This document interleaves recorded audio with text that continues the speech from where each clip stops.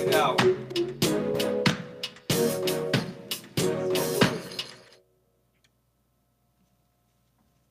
Inappropriate than motherfucker. CPT is a real disease. Jeff Brown.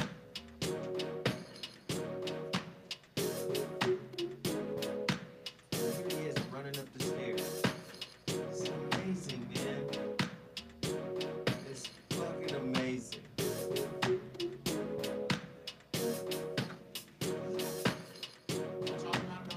It is amazing. This guy. So what? Brandon Bolton. Brandon! He got old. You're on the air, man. You're live. I'm live? Fantastic. Hey! I need another chair. I'm gonna get another chair. You're live on the air. I am live on the air. Live on the air. I'll tell you. Hey, everybody. Okay, yes. Okay. Great. Yes. You're not. You're going to stand for 2 hours. I'm right here with it. Okay, you Like stupid. this in the corner. All right, ladies and gentlemen, I will explain why I'm late today, and some of the ghetto of you will understand. Oh yes, this is a great story. It's a great story. It's a great story. We get cans? It's about yes, we get cans, we get all that.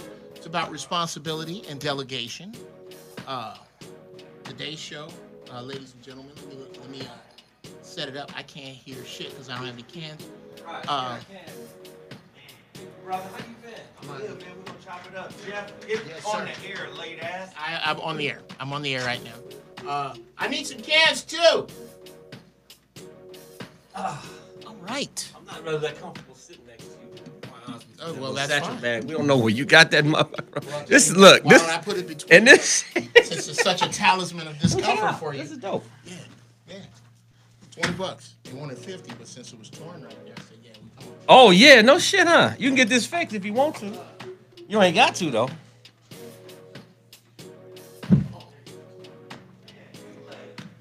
Dig it.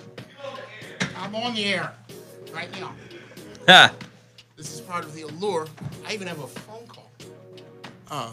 We got a phone call already? Ladies and gentlemen, Cans, ladies and gentlemen. That's the last thing we. I want to welcome you to the Inappropriate Hour as if you haven't been. Speaking of inappropriate, I'm late. Let me get this off. I'm on Always dangerous to have some. Yeah.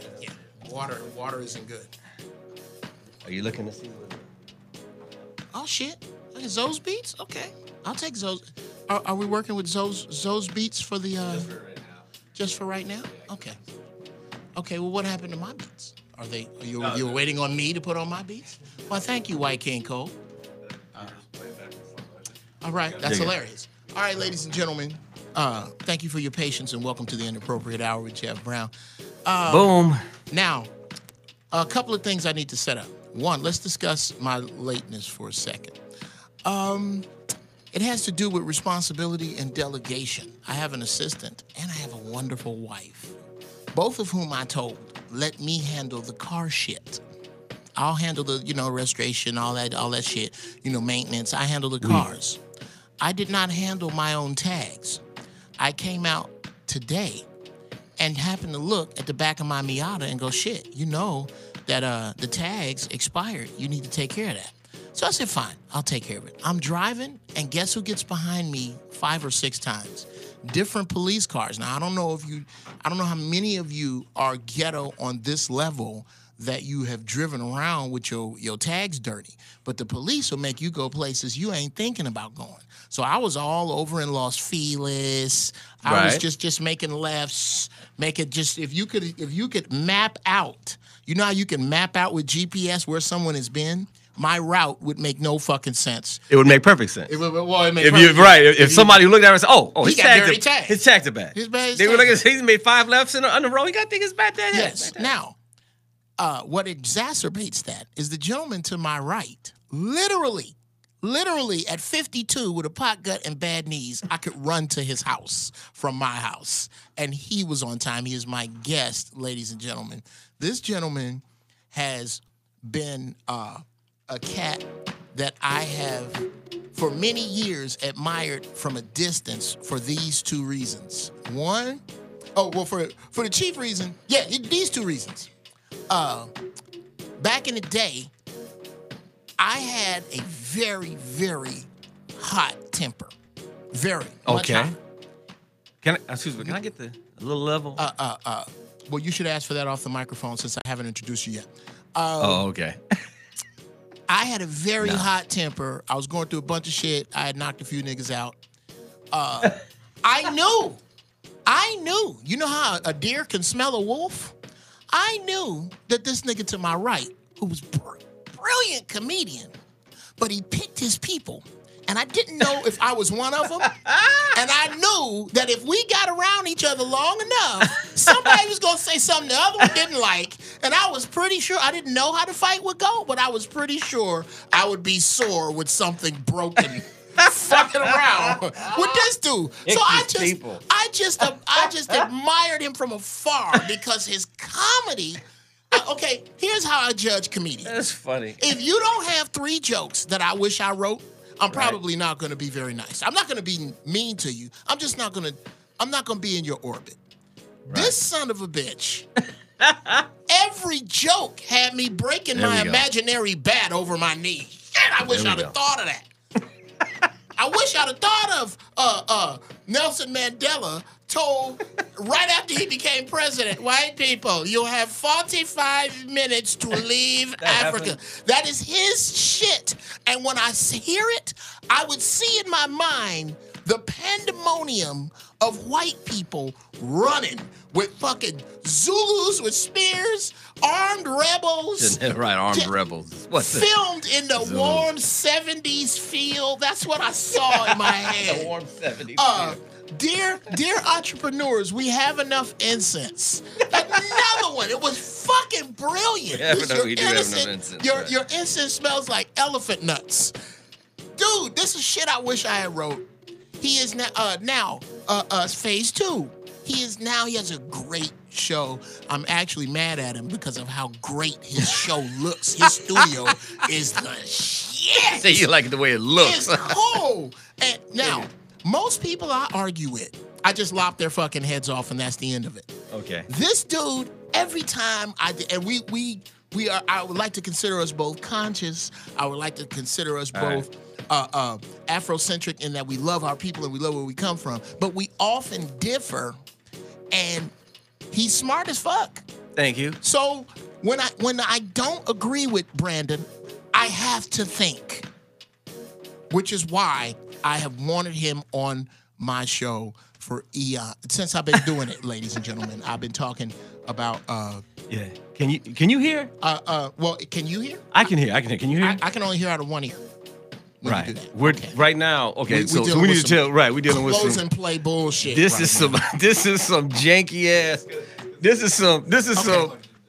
You know what? That's cool. That's cool because you know what? I'll just take it off of this year. All right. This is some white cat ghetto shit. That's going right now. This is the vibe. This is, you know what thing was missing is duct tape. It's duct tape. That's something you're missing with this bullshit here. This is some shit. Duct tape and this sound. This sound is missing.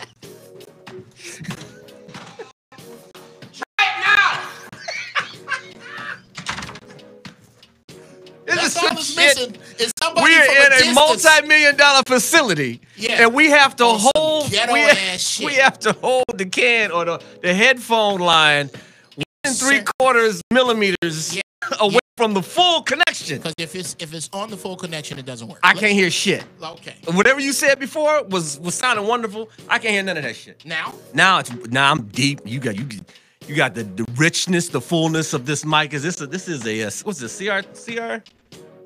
No one gives a fuck, ladies and gentlemen. This is what I have. I just bought this one.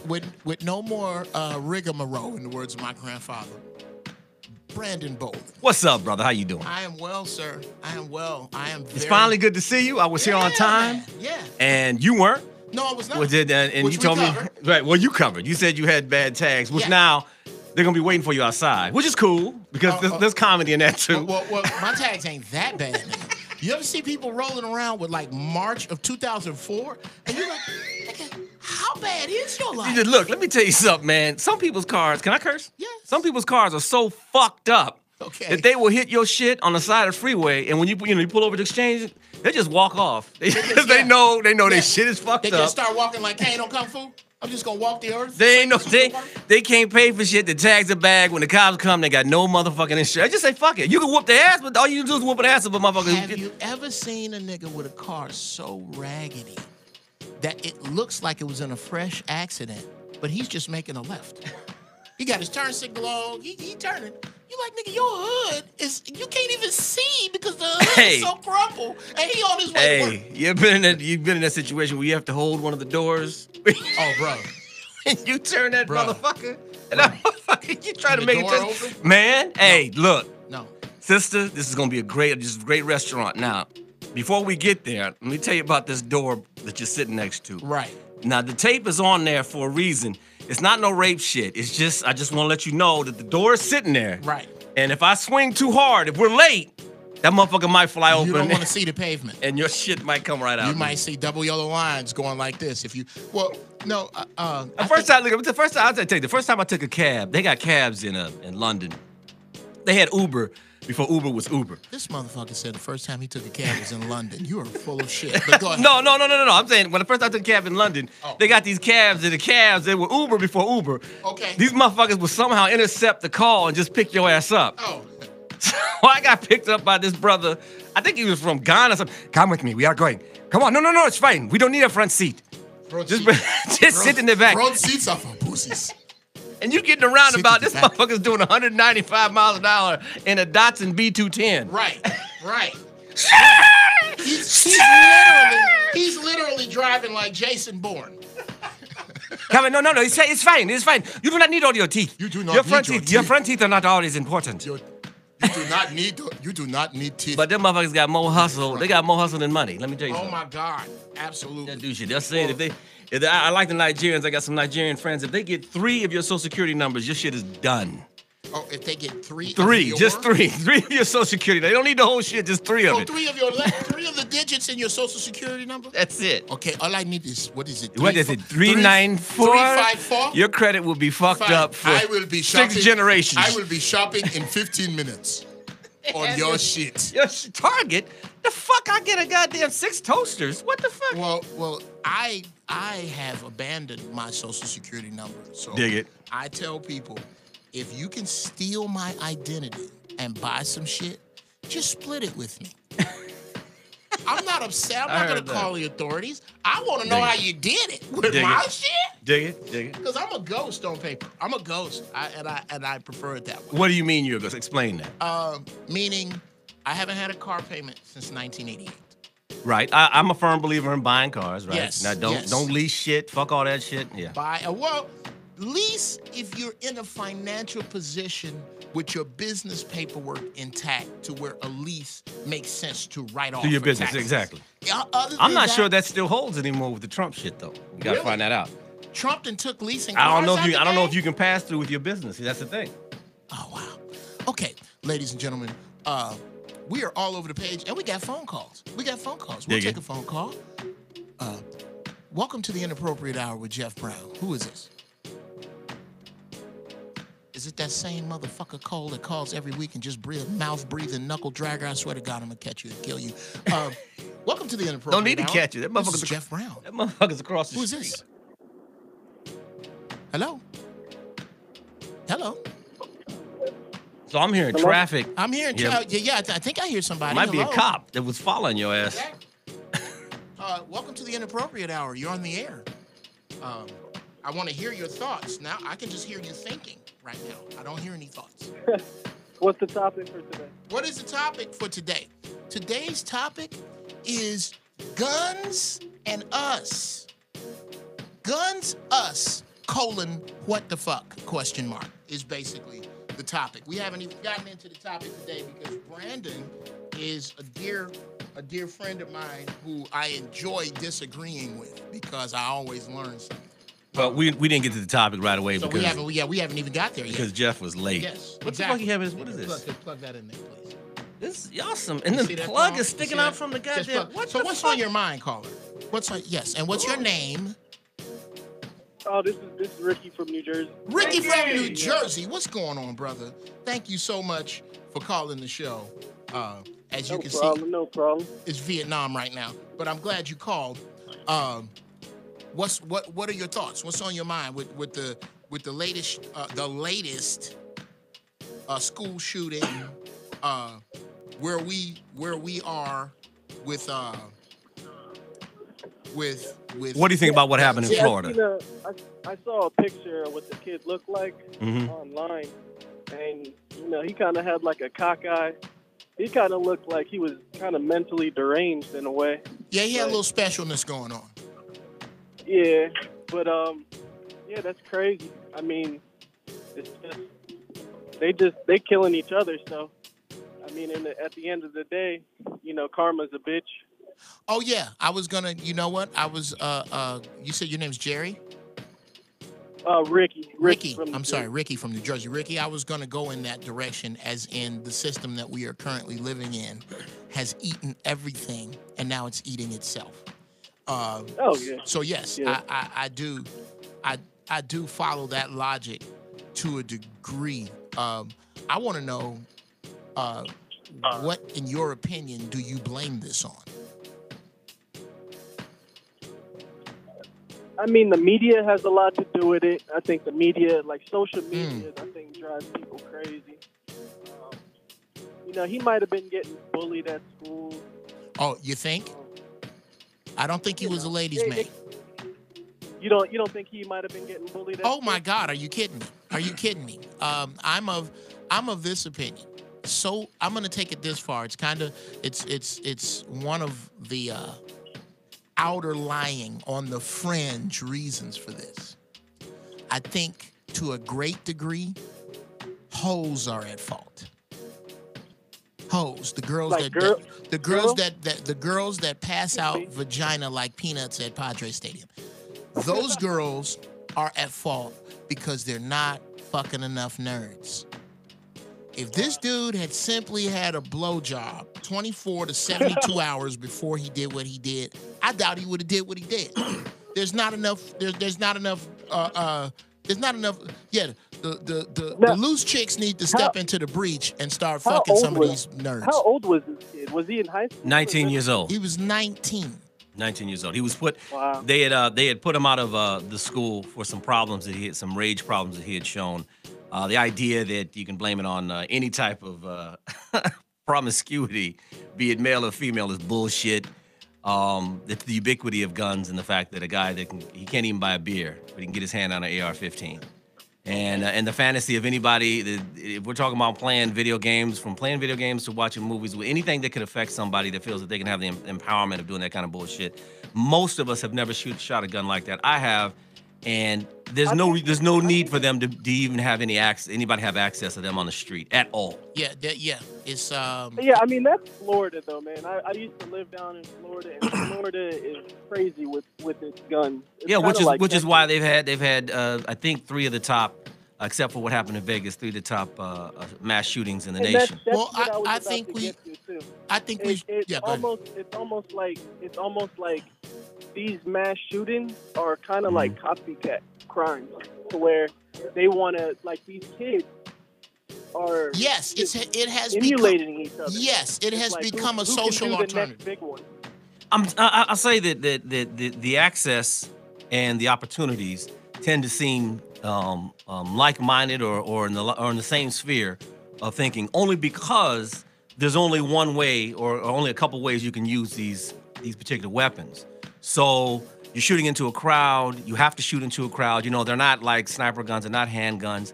They are set up to kill a lot of people fast. Right, which is why this cat, he pulled the fire alarm to pull everybody out into a hallway.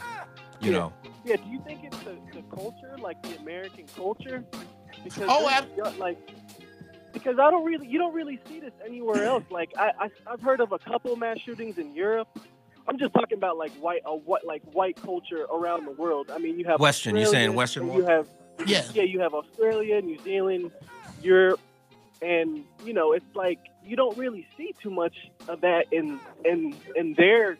It has to do with their gun laws. It has absolutely. Well, it has to do with their gun laws, and I'm going to say it also has to do with. And thank you so much for the call. I'm still going to go with my loose chick theory. I really believe that one, had he got some cooter, he probably would not have been in that energy. And two, I'm gonna say, this has all to do with not profiling the number one demographic guilty of this shit: young white males. You just nobody wants to look them in the face. Yes, you, Cole. I try to keep you happy because I don't want you coming in here with a gun on my day. If you're gonna freak out, make it Wednesday, Friday, just the days I'm not here. Young white males. Nobody calls Timothy McVeigh a terrorist. Nobody wants to look at Dylan Roof as a terrorist. These cats have done terroristic shit. They just happen to do it in white skin. And the people who make the labels happen to also have white skin. Well, like I said, once again, I'm going to go about the fact that the guns are so goddamn accessible. People can act on an impulse and get things done. And yes, you know, in this area, in this small area of the mass shootings with the assault rifles, wholly owned by white men. Yeah. And I did some research on the Pew Center, and you see it. You know, it's wholly owned by, and it's not just young white men. It's older white men. The cat in Vegas, right? You know, I think he was upwards close to 60, and 500 plus people shot. But let's talk about the enormity of the problem here. You know, hundreds and hundreds of millions of guns are out there floating around. And I'm not against guns. If you could get a job like you could get a gun, we wouldn't have a lot of we have some situations. But what I will say is one notch below that, if you're talking about handguns owned by us. Yeah. Like the handgun violence, because we're talking about, when you talk about demographics, you're talking about the socioeconomic situation where people aren't, you know, the communities are poor.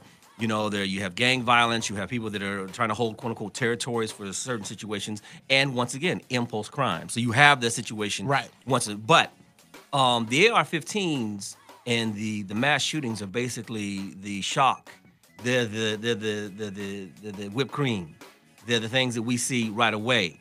The interesting thing is in their rush to erase President Obama's legacy from the books, Trump literally took off a law that made it more difficult for the mentally deranged to get guns. Right. He wiped it out.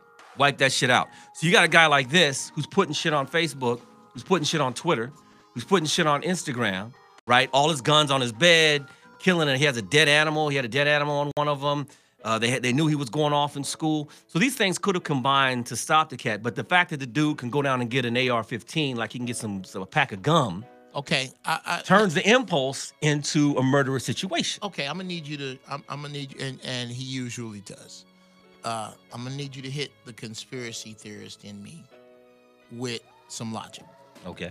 Everything you just said about this dude should have, and I'm gonna say it did, put him on somebody's radar. I mean, we're not talking about a dude with pictures of guns and a goat, a dead animal or whatever, in 1978. You're talking about a dude who has this, and this was in the movie, and I'm going somewhere with this. The movie Enemy of the State. Gene Hackman's character, ladies and gentlemen, I'm all over the page, but take the ride. There is a term in screenwriting called the Pope in the pool. What it means is there's always a part in the movie where a glutton of exposition is put in one of either the main or secondary characters' mouths that explains the spine of the story. In The Enemy of the State, Gene Hackman's Pope in the Pool scene is when he goes, the NSA has had the technology to monitor every phone call for the words bomb, kill, gun, and analyze that conversation and conversations coming from those individuals. This was since the 70s. To monitor their behavior to try to get out in front of what they're going to do. This is the 70s. Now, you got a dude last week who has pictures of animals, guns. He's in Florida. He's retarded. He's angry. You telling me that us normal motherfuckers caught it first? that a dude of this magnitude, the FBI is so busy that a dude of this magnitude slipped past you? I don't think so.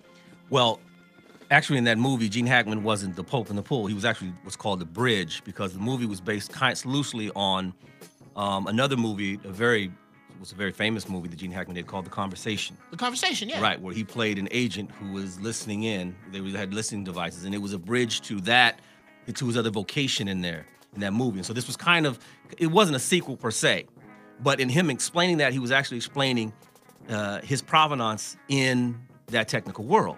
Yes. Now, what I'm saying is that, okay, they have this recognition software that's out there. They do. They have facial recognition. They have it now. You can have it on my iPad and everything, facial recognition. Exactly. They have it on this right here. It'll line up your face and everything, so it can zone in on you, and so it can get the right, frame you correctly and get the right focus. But my point is that it is the access. There are streams of avenues that a person in that position can take to get guns. Absolutely. So if you're saying to me that they could have seen him on the radar, the school did, and they got him out of the school. He didn't graduate. They kicked him out of the school. Okay, that's what the school did. The school did, right. So he was seen. The students knew of him. I'm not talking about the school. I understand it. Yeah. Let me finish. So it doesn't necessarily mean that the government or the people, the law enforcement is going to track this cat. And what happens is, especially when we're talking about guns, for instance, we need to find threads in our society as to what things happen. So you can see, once you see threads on what goes down, you take a break. No. Okay. Keep going. I'm just saying we're gonna take a call after. Okay. Once you see the statistical threads that happen in society, you can come up with solutions for certain problems. Like, why are people falling down stairs? Okay, the stairs need some stuff on us, so we stick them so we don't fall too much. Or why the cars are getting in an accident at this corner where there's no red light. Stuff like that. If you see the statistical data, you can hook it up. The CDC, by the Dickey Amendment, which was put in by the GOP in 1997, is prohibited by law to track gun violence in the United States of America. Okay. So the reason why they're prohibited, because the CDC would categorize it into a mental health situation. So how many people that require some sort of mental health assistance are getting their hands on guns? What does that lead to? Are we talking about impulse buys, impulse murders, impulse violence? Are we talking about things that happen in the heat of passion? Or are we talking about moments that are just, thought out and put together? If you begin to track that helps to add to the statistical reference of where these things may or may not happen. Law enforcement doesn't do that. Okay. Hold that thought, because I want to go back to something you said with regard to with this special nutcase. My problem is that the end of the due diligence was not with him getting kicked out of school, and that is motherfuckers who sitting up that's watching me right now is some dude that's eating a sandwich and watching everything I say. Well, what the fuck was you doing with that dude? I'm saying that dude who was watching, that's in charge of watching the dudes in Florida, I'm saying that y'all let this motherfucker do what he did. We got a phone call. Welcome to the Inappropriate Hour. This is Jeff Brown and my guest Brandon Bolden. You are on with us. What is your name? Hello? Hello? Yes. Yeah, I'm here, Jeff. Who is this? It's Marvin Walker from Baltimore. Okay. Hey, man, do me a favor. Do we have another call? Okay. Where's your cell phone? You sound like you're like under Baltimore. Is it still messed up here? It's super staticky, man. It sounds like a Vietnam two-way phone. I can't. Sound like you're talking through a sock. I'm gonna let you go. Do me a favor. Call me back. See if you can get back in. All right. We got another phone call. Welcome to the Inappropriate Hour with Jeff Brown. What's on your mind? Is it that same motherfucker? Hello? Somebody calls every week and don't say shit. All right, anyway. Oh, good morning. Hello? Is Jeff Brown show? It is. Oh, man, I'm on. Oh, man. Hey, what's going on, brother? I got to say, man, I'm excited to be talking on here because I'm a big fan. I've been listening. I've been following you and Zoe for a minute now. Thank you. Damn. The 5150 show, everything. Thank you. So I appreciate what y'all are doing because y'all don't understand the magnitude of the message that y'all are spreading. Thank you, man. Well, actually, I do. And I gotta say, man, and I'm gonna say this too. I'm a Puerto Rican man. I'm not a black man at all. I've done a DNA test. They say I got 10% Nigerian in me, but I'm a Puerto Rican man. Okay. And let me explain. Hold on. Hold that thought for just a second. You do understand that Puerto Rico is the English translation is port of riches. Yes. And the reason it was called the port of riches was the amount of money that could be made from African slaves. Trade, and I understand yes, a lot so you're a lot more African than you may think. And Puerto Rico is not so much a nationality as it is a ship bus stop. But go ahead. What was on your mind? No, understandable. And trust me, I do agree with that. Yes. But what I wanted to allude to, yes, sir. As you guys are speaking now about this whole gun gun control situation that unfortunately unfolded yesterday, like you said earlier, man, this is a white thing, man, and unfortunately, like I know I was telling my pops yesterday, he was looking at me, he's like, what the fuck is going on? What's gonna happen? And I'm like, ain't nothing gonna happen, man. Unfortunately, ain't nothing gonna happen. Next week it's gonna be, everybody gonna hashtag, thoughts and prayers, violence, all of this bullshit, all that shit, and then that's it. Everybody gonna go back to normal. Wow. And they're gonna have another school shooting. Unfortunately, God forbid, but it is what it is. Like, this is the cycle that it's in, and it's gone to the point that the cycle is so vicious. It's like if you have a turbine that's just spinning out of control. It's to the point everything around it is just gonna get fucked up. Everything is gonna start. Like a disaster is just going to start, unraveling, man. Yes. Well, what you are watching, in my opinion, and that's why I have the gentleman on to my left. I really want a point-counterpoint show with this motherfucker because we actually go back and forth on this kind of shit. What in my opinion, brother, and yes, to bring in a third show that you should be paying attention to. I know Facebook is for old people, but go to Facebook and look up Brandon Bolin, Bowlin. His show is called The Under. It's a great show. It's the same vibe, man. It's a great. That's why I really wanted to say it on the show. Shut the fuck up! Don't say anything. What you are watching, in my opinion, and what we are alive to witness, is the crumbling of a societal system, and it's happened before. Over and over and over with other civilizations. We just believe because we got gadgets, because we got ATMs and cell phones and the internet and cars and planes, that it can't happen to us. I think that's what you're watching. I also believe that this, and I'm going to allude to something that I saw, and people who are on hold, I'm going to go to break after this. Pretty please with sugar on top. Be patient, stay on hold. I'm gonna get to you. But I'm gonna go. I'm gonna put this on your mind, brother. Something I heard from a friend of mine on Facebook last night.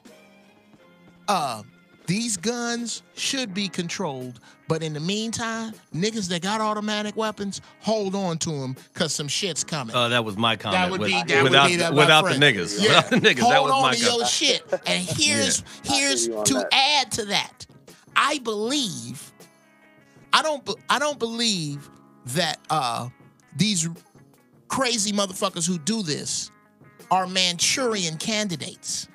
I think that they're conveniently being used by a system, a group of people who make decisions to bring the uprising for turn in all your guns so that when we get ready to make this a police state, it'll be a lot easier. That is what I'm thinking. Now, I don't mean to cut you off. Yes, but sir. To add on to the point that you just made, sir. Now, do you think that also falls into like a socialism type thing? Because it was funny enough, I was watching this documentary the other day on Netflix. It's called One of Us. And it's about these Hasidic Jews and how basically One of Us is great. So-called religion, it basically falls under, they have guidelines for their group of people, and it's like, motherfucking your neighbor, as long as he's a Hasidic Jew, he could be touching kids, raping, doing all this fuckery, but you can't turn him in. Oh you know yeah. What I'm saying? Oh yeah. I see the. When I say socialism, when I mean socialism, I mean in the sense of they see that this child is not right in the head. These white folks see that this child needs help. The school that moved him out of there saw that he needed help. And what did? They said, "Nah, we just gonna brush him off. White skin." And look what the fucking kid does. Well, here, that's what I'm saying, brother. If that's a child of color, God forbid he posts a picture of a fake gun. Wow. It's showing up to his fucking house. Wow. You know what I mean? And it's like it's ridiculous, man. You got young people of color that get in trouble and arrested off Twitter, off Snapchat, because they posted a picture of their friend with some weed on. My man. Thank you. Okay, stop there. Stop there. Stop there. I'm sorry, man. Stop there. I got a question for you. I have a question for you. I have a question for you. When you say, and we're gonna go down this road that I have paved, you are just thank you. When you say that children of color are arrested off of Snapchat, by whom? Petty crimes. No, brother. I don't think you understand my question.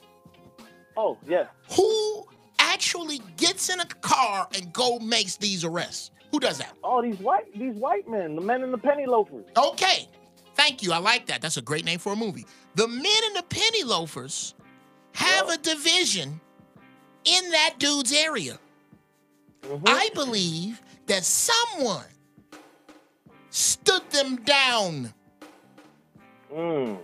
That's what I'm telling you. That somebody looked at this and say, you know what?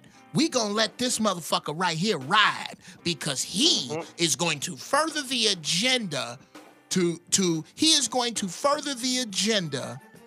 get rid of guns in the hands of people. Normal people are going to outcry, we don't need these guns, so that we get stronger in our position to take guns from people who will eventually need to defend themselves from perhaps us. I'm about to take a break.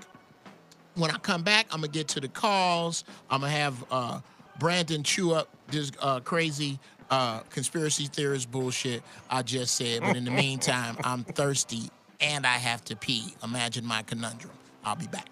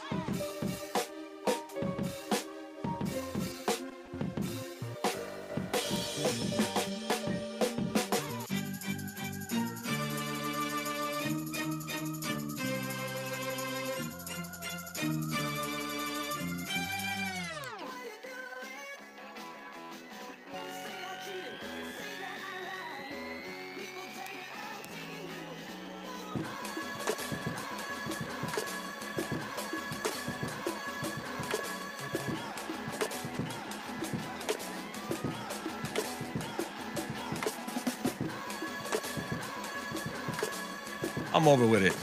All the way. And we are back, ladies and gentlemen. Yeah, it is. This is the Inappropriate Hour with Jeff Browning. In case you have just joined us, the subject, guns and us. What the fuck? My guest today, longtime friend and even longer asshole, Brandon Moore.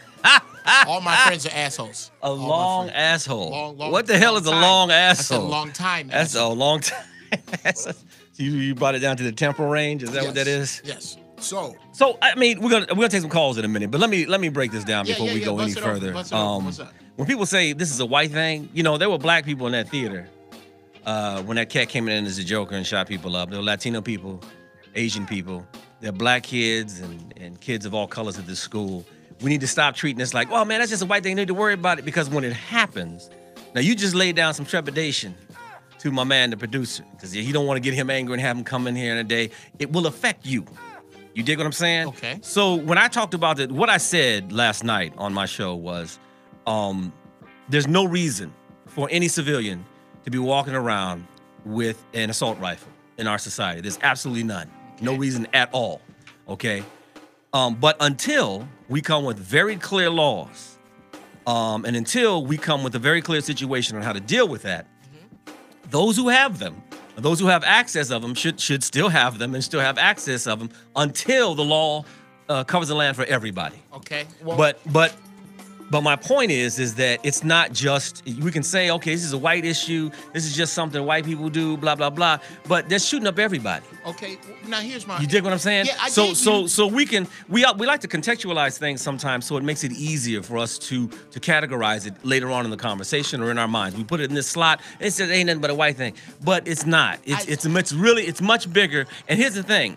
They lied to you. You're right about that. They lie. Okay, man. If the NRA and the GOP system says, man, all you need to do is just put more guns in the situation, right? Mm-hmm. So if teachers were armed in the classrooms, this wouldn't happen. Well, they had an armed guard on campus. He was nowhere to be found. Matter of fact, the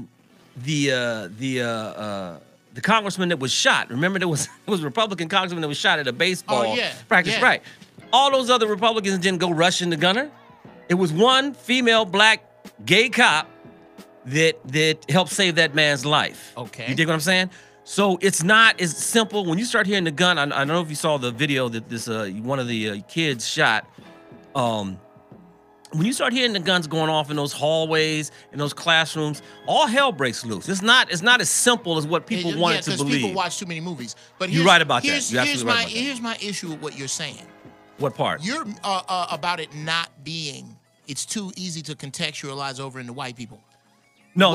It's too easy. I'm saying it's easy for us. The reason why we say it as if it's just their malady or the malady of the white. No, it's not. It affects everyone. Absolutely. But what you just described is the difference between fire and fire damage.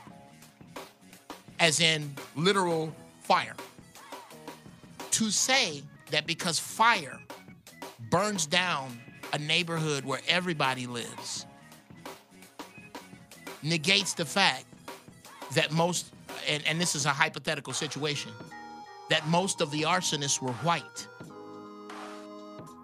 You're mixing the fire with the fire damage. The motherfuckers who are setting the fires are white. Well, I don't see many Puerto Rican kids or many black kids or shit.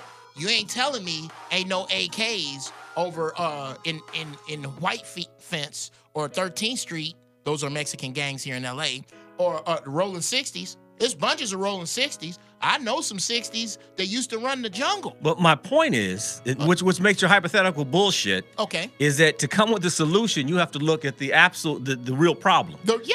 And so the problem is the access. The problem isn't just that it's just, I mean, I understand what you're saying about profiling white cats, but at the same time, not all of us owned Uzis. See, we came up with the flooding of Uzis in the neighborhoods, and the reasons why almost in a generation of black people were killed, black young men were almost obliterated from those neighborhoods, were other young black men who in a moment's notice get their hands on an Uzi, spray up a whole bunch of people. Not giving the Uzis are the worst guns in the world at any distance, because they spray. They don't aim at all.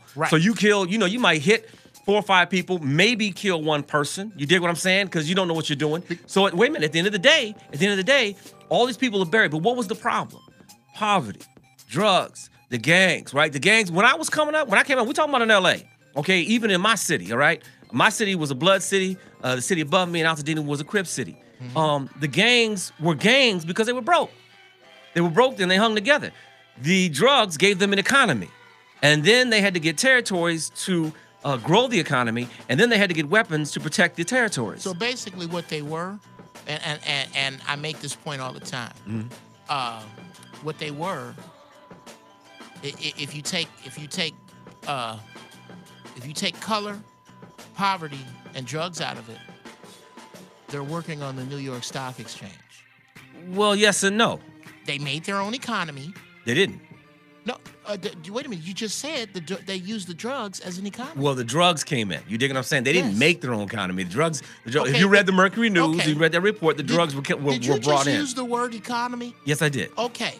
Did you just tell me that these people, they were broke? This is what I said before. Broke. They were broke. Yes. The drugs gave them an economy. Okay, so what happened was they had to get these territories, and then they got the guns to protect the territories. Yes. Now.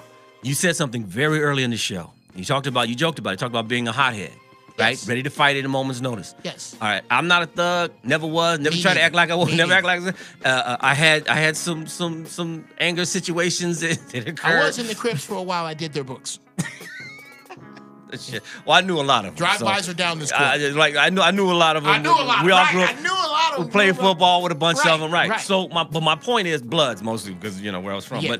But my point is that you put that type of firepower, that type of drive, that type of determination in the hands of young men who feel that they have to use that stuff, and what you end up with is carnage. Yes, absolutely. The real carnage, not the bullshit Trump was talking about. No. But you end up with, because the guns now become substitutes for fights. Absolutely. Like you used to say, Absolutely. you used to knuckle up. It's microwave. Right. And then it becomes solution. it becomes a substitution for relationships. Yes. It becomes a substitution for showing your manhood, for feeling shame. Wait a minute.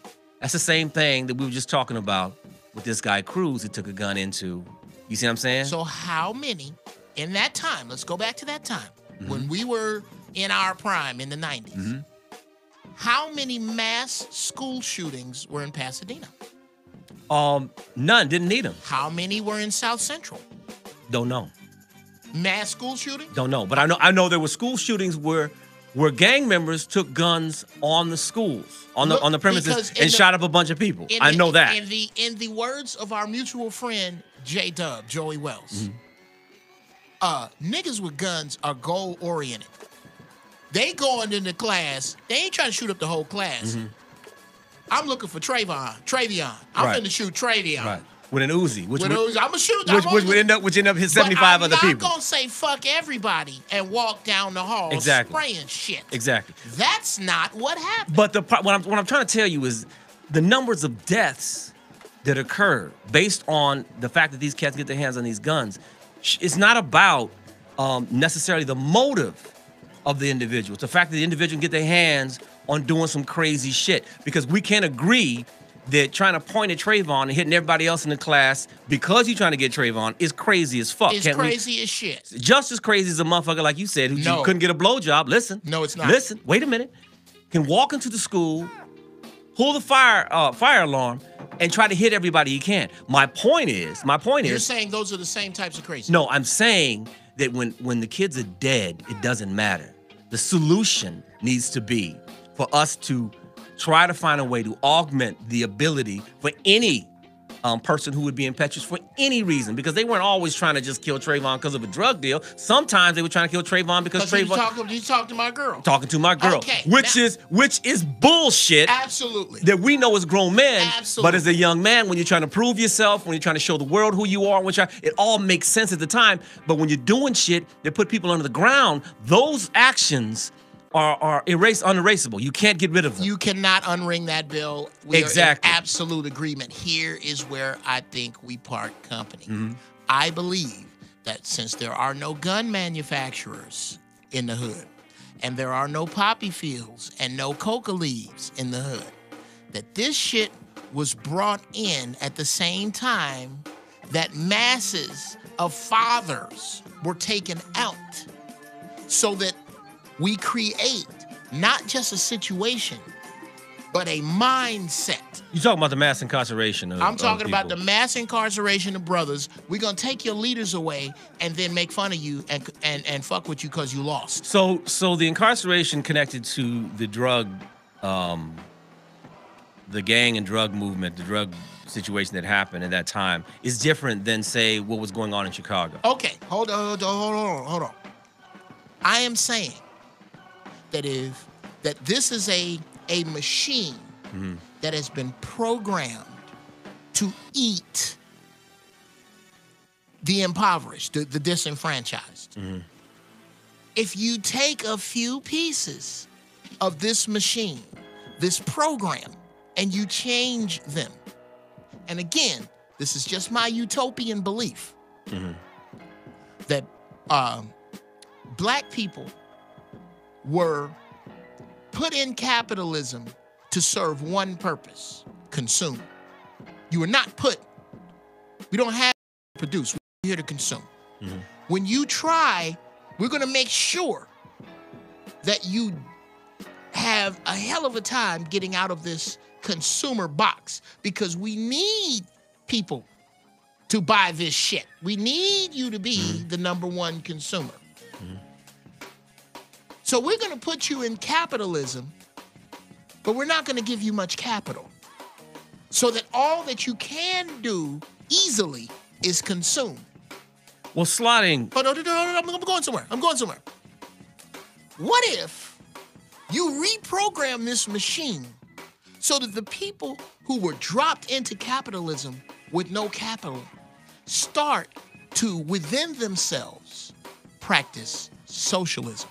What happens if, because I know people, I have friends, I have cousins who used to tell me about cases of guns that would just show up in the morning in the alleys of Chicago.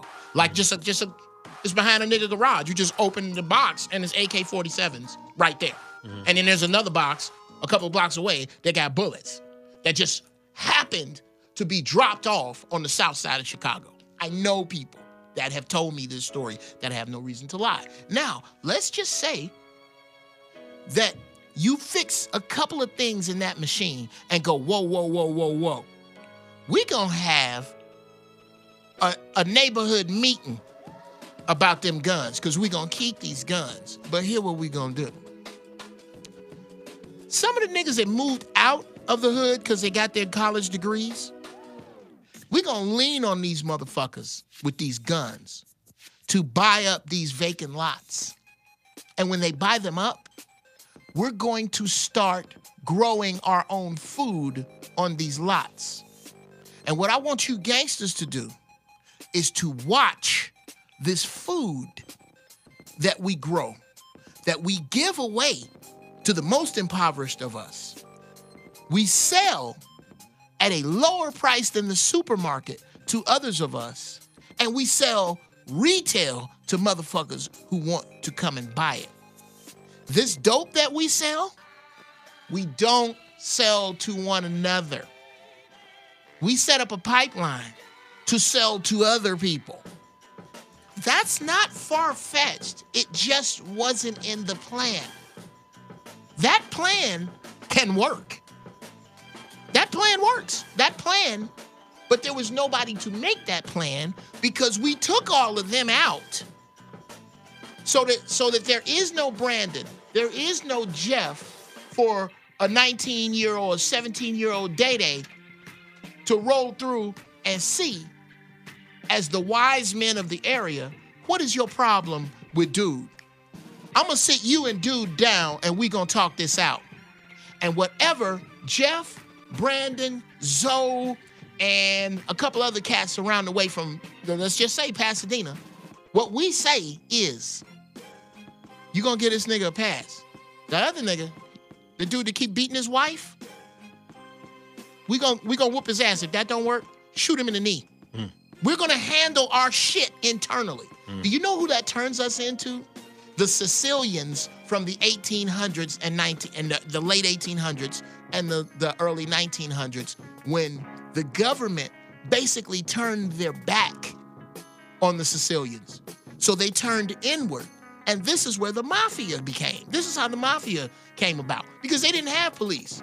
Dead bodies would lay in the street. Motherfuckers was going hungry. The mob was the older dudes around the way that said, no, we gonna run this way. The we gonna run this way portion of who we are was robbed from us. Okay. Boy, you spoke for a long time. I went out and got some breakfast. Because it is my show. Went out and it is the Inappropriate Just Hour did my with taxes, Jeff Brown. as a matter of fact. Let me You see if I should can have use got your that. breaks done, nigga. Now what? When you sit there and try to bifurcate social stratification, that's part of the problem. To say that you and a person that has to pay, you have to pay your bills, and that person has to pay their electric bill or have something not in common is part of the problem. Trying to section yourself off into some sort of economic island is part of the goddamn problem. In this society, in our society, even if you're dealing with some sort of micro or microcosm of capitalism, you're still part of the greater nature of it. Yes. So you don't own your communities. You belong to a community, to a group of people, which on the fringes, in some fringes, interact with other groups of people. You don't make any money. Explain the Koreans. The Koreans bring money in. As I was just going to say, you have banks. Those banks have to deal with other banks. You have to make money where product comes in and goes out. Sure. Okay. So, for instance, with some of the businesses, with some of the Koreans that are out there, they are backed by loans they may get from the Bank of Korea. Sure. If they don't pay that shit back, they get foreclosed like anybody else. Sure. Okay. So when you're talking about how, I say the bigger issue is to say, if you want a community to change, you have to get jobs with livable wages. See, our money is spent. I always hear this shit. We're the greatest generators of wealth. You know, we have trillions of dollars. We spend trillions of dollars consuming. Our consumership is already spent. We don't collect wealth because we're stupid or because we're lazy or because we spend too much money. The money is spent on living, adjusting, taking care of your mother, your father, your kids. That shit is spent before it gets into our pockets. Jordans, new cars. Yes, absolutely. Absolutely. Someone can have some Jordans, someone can have a new car. If you stop buying Jordans right now today, that $200 is still going to be spent down the line because most of Americans are underwater with their credit. And it's not because, let me tell you this, it is absolutely not because we don't know how to save. It has to do with this. You don't have livable wages. We've created a billionaire class. A billionaire, to make a billionaire, you have to glaciarize $1 billion. Yes, I'm sorry about that. You know what I mean? I'm just so, the preacher. It doesn't circulate. I like to look at it this way. You can get rich without suffering. You cannot get wealthy without somebody suffering. That's true. That's absolutely true. And dig it, they used to have 90% tax rates. Can you hear? I'm just gonna hold my finger. Yeah. You gotta let the cat come back with the duct tape. I feel like I'm putting my finger on an artery to save a motherfucker till I'm almost there, man. We're almost there, man. Hold on. Hold on, to me, Kaminsky. Come on, man. Just 5 more seconds, man. Okay. So what I'm saying is that money's taken out of circulation, so you have abject poverty, and humans aren't. Just because somebody's broke and poor, they ain't stupid. So, they're going to use their resources. This is what I say all the time. I say, okay, Walmart, you want to make 32, the family wants to make another $32 billion? Cats ain't just going to sit there and starve. You're going to start missing pallets and shit. You're going to start people. So what? Let me get to your point. Yes. I just want to take 2 minutes of the 17 that you just laid out. Okay. Yeah. I'll allow you that on the Inappropriate Hour with Jeff Brown. Go ahead. The mob was based on a great deal on, and this is why they call themselves capos and all these different things. It wasn't just Sicilians. It was based on the Roman structure. Yeah. And just like you were saying earlier, it collapsed. It collapsed because the idea of what can we call a plutocracy couldn't sustain new markets, new infusion from other people, and invasion. Because remember, that was the primary way of expanding an empire was invasion. You invade a place and then you take all the resources. Surprise, motherfucker. Right, and then the people at the center, like we would call ourselves United States, a shining hill, right? They would benefit, but the fringes would always suffer, and those would be the first places not to invade, but to turn with the invaders. Well, let me show you the street to go down to get to these motherfuckers, because we've been living fucked up. You dig what I'm saying? Right. So what I'm trying to say is, you have more in common with a hardworking group of Latinos. Absolutely. You have more in common with broke-ass white boys who are working, month to month, check to check. Absolutely. What you don't have, the people you don't have in common with, is this class, this stratification that we don't see. And I'm talking about a level where I have an animation show that's about to drop, and one of the characters is Baldwin's ghost, and it's James Baldwin talking about that's hilarious. Shit that's going on today. And one of the things he says is that the class of the people that are moving in certain situations, and you see white people trying to tell you that you should call somebody a nigger. They're telling you, they're basically telling you to break a mirror. So you don't look at the mirror and see yourself as a nigger. Because as long as you have somebody else you can call a nigger, then you can feel like you're not that person. In the meantime, your lights aren't on. Your gas isn't on. But it doesn't matter. As long as you're not a nigger, you're okay. And as long as they can keep you in the idea of thinking that someone is not a nigger, or someone is the stratification, the social stratification that we have, socioeconomic stratification. Regardless of how bad I'm doing, there's somebody that I'm better than. There's always there'll always be somebody in the back of your head. Yes, that's in your mind. That ain't got shit to do with the real world. I think that's what's part of our social implosion is those people who thought that way. Obama raised the mirror. Right. You can't say shit about me. Right. I'm the smartest motherfucker ever to do this job. Right. My wife is the finest first lady in the history of this nation. Right. Right. I have risen to the highest seat in it.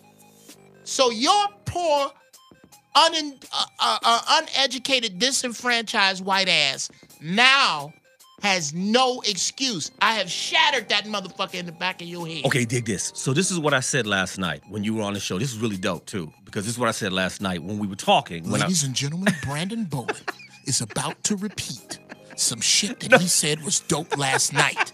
That he said was dope. No, you were there with me. You were there with me. What we're saying is there was a debate about where we're at. Is it the end of civilization? Or is the beginning of a new one? Are we shedding some shit? And I said, we're at the last gasp of the most entitled group of people. The Trumps of the nation.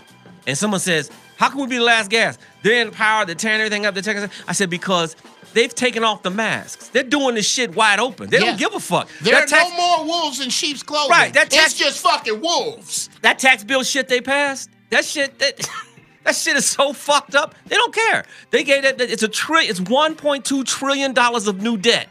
Remember when Obama was in, it was we got to stop this debt. We got to stop all this shit and stop all this shit from Obama. Stop all this shit. This debt that he's doing. He's a horrible president. He's putting us our grandchildren in debt. And they added $1.2 trillion in a pen stroke. You dig what I'm saying? Yeah. So these motherfuckers don't give a fuck. Now it's up to us to fight back. And the way that we do that, is.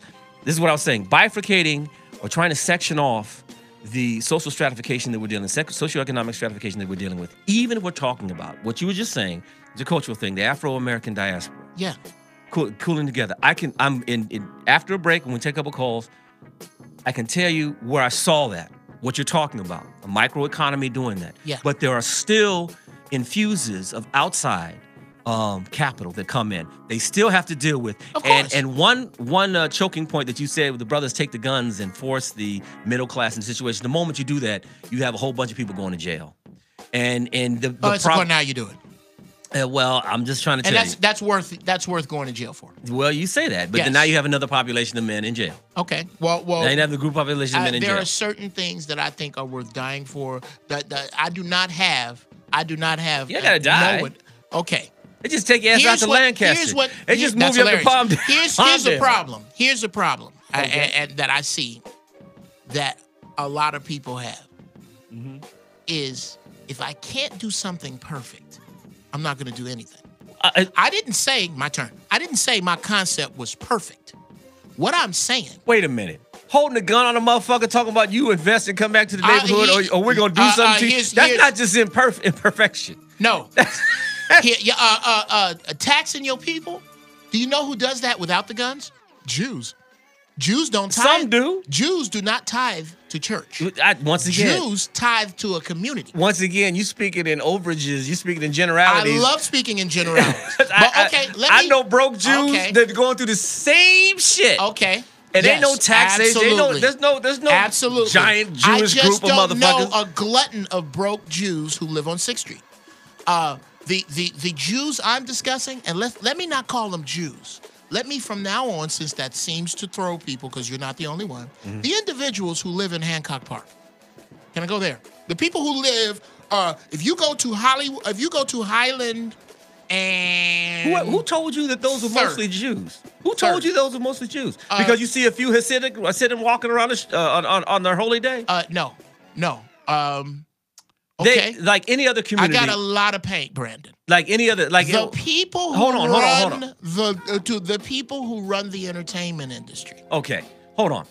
Like any community. Yeah. When they concentrate their wealth, they move next to each other. Yeah. Right. So same thing with Baldwin Hills, what it used to be. And as a matter of fact, I have this joke that I speak on about Beyonce and what's her name? What? And I said, what's the name? Her husband. What's his name? Joe Camel. Jay-Z. Jay-Z. Oh, that's funny. Yeah, Jay-Z's thing is that, I rose from the ashes. I used to deal drugs and shit. And I say, what if somebody came up to me and said, look here, man. I'm going to deal drugs for about 5 years. I'm going to sell some to Ivy Blue for a couple. Okay. And then I'm gonna break off of that shit. Right. I'm gonna knock that shit off. And I'm gonna stop doing it, and then I'm gonna get famous. Is that cool? Is that cool? Because I don't think you were out here then. The 84. The drain out of the souls that were lost. And I mean the humans. Brother, hold on. absolutely. Let me finish. The drain out of the souls that were lost along Crenshaw at the time. Yes. And that helped pay or finance our explosion in comedy. Yes. Those were the children of the people that were living in Baldwin Hills that were just 4 streets up. Yes. And the same thing happened right off of La Brea. Yes. Right off. So what I will tell you is this, when you say Jews, what I will tell you is that there are certain systems as long in Hollywood, in this country, in this city, and in Los Angeles, there's been an uneasy partnership between brothers and Jews, and especially in entertainment, in financing situations, okay? The club that I started, I can only get the lease that I could get in the neighborhood that I could get, which is owned by some Iranian Jews. Okay. Okay. Now, this isn't a conspiracy. I can just break it down to you. Okay. What they used to do, and I don't know if that company, that family is still in it. They're called the Botash family. Mm-hmm. They would lease the businesses. They own the building. They lease the business out, and it mostly be black people. Mm-hmm. Now, I searched high and low for a business. I actually I put some of the infrastructure in that building so that I could have a comedy club. So the black people go. It's called the Comedy Union now. But I own that. I started that. Yeah, I thought so. Yeah, you came down a couple times, but I started that. Nobody else was doing it. I started it. J. Anthony Brown was supposed to be my partner, and he decided to go a different route. So I started this place, and I worked with them, and their rates were pretty high. Okay. But it was a relationship that I could go with. Now, what they would do is they would rent the business out, then they'd combine the businesses as entities that they were dealing with for their tax situations, and they'd get loans against that combination, or that each the property put together. Now, brothers do that in Chicago all the time. Sure, but they're black. That's what what I was about to say. I know about that. Exactly. Because I got an uncle that does that. Okay. Right. And so the brothers in Chicago, we don't know. You'd have to explain to people on air or in Chicago about the disparate distance between people in LA. LA is a car situation. Used to have streetcars, but they tore that shit up. So black people, really, you tell us, unless you're talking about concentrated South Central, which used to be it, in Long Beach, in some enclaves like my city, we're really spread out. It's hard to explain to people from cities like yours how spread out we are. I mean, physically. That's why people from other cities or relatives will fly in Friday at 3:30 at LAX and wonder why you have a problem picking them up. Motherfucker, do you understand what you tell? Okay, LAX from my house is a different state from where you are. Okay? And I'm in you the car. asking me to drive from Chicago to Waukegan in rush hour and pick your monkey ass up. But you don't understand that because you don't live here. Yes, go ahead. Right. So being that far apart, we don't see, like in Chicago, you can walk for miles in Southside Chicago and see these type of business practices going on. Yes. See the meetings that you're talking about. Brothers come together. They have business unions that they come together and they talk and things. Okay, so those aren't things they're central here. There are some communities that did that. When I came, just like my grandfather and my uncles and stuff. Yeah, so then you're talking about with the Jews. About that community that you saw that did that. Yeah. Well, I was going to talk about the Jews that I was dealing with. There's a house on 3rd Street in the neighborhood that you're talking about. It has concrete in the front of it. It's not a lawn. It has concrete in the front of it. And on certain days, in accordance to their tradition, they all meet up there. It goes to your conspiracy.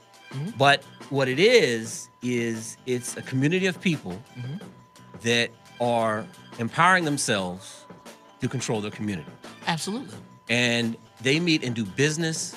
Now, you got to go with me on that.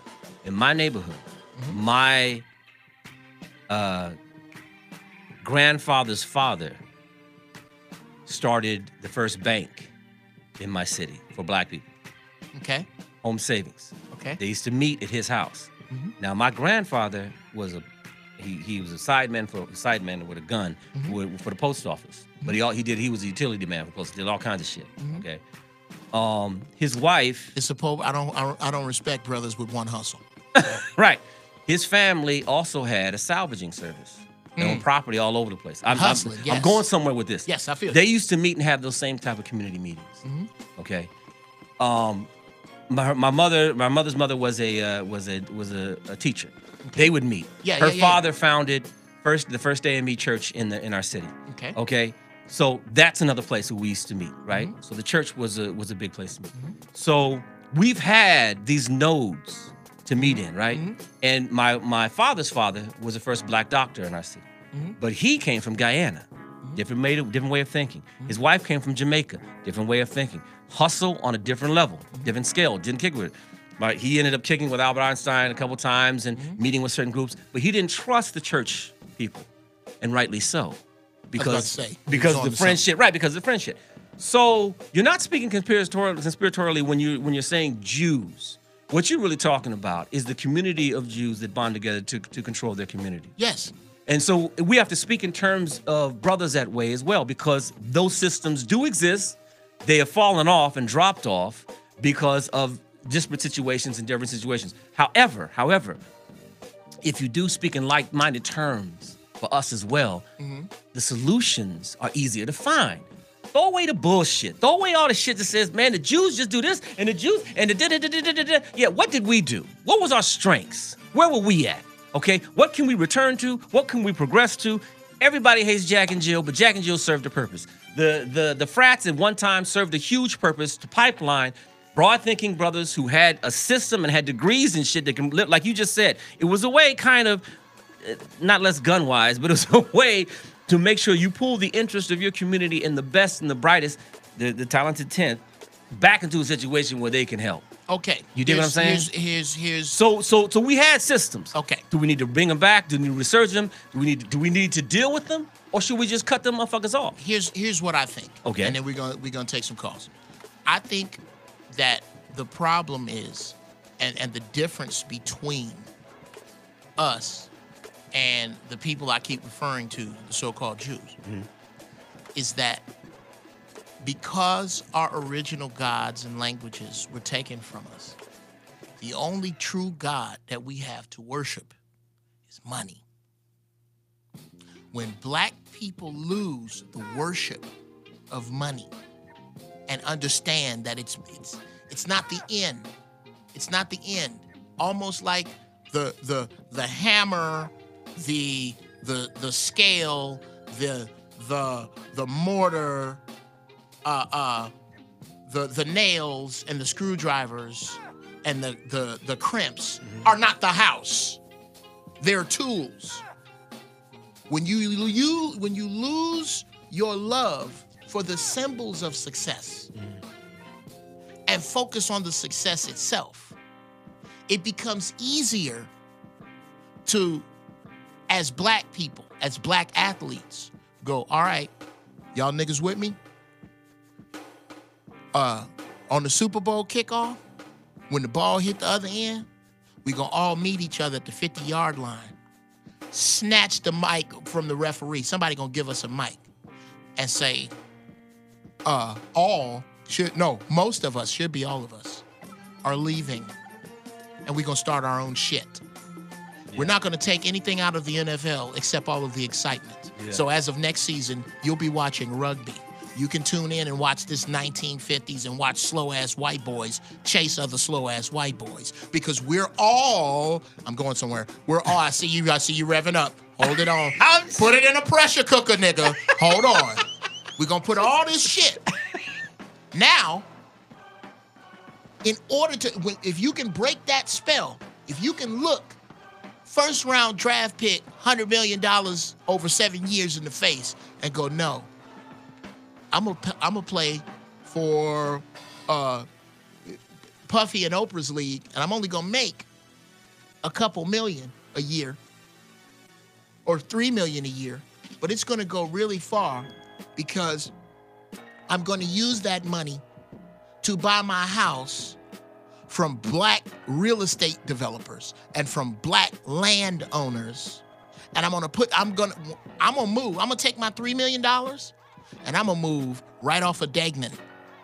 You're acting like men aren't men in their own right, that they have their own considerations.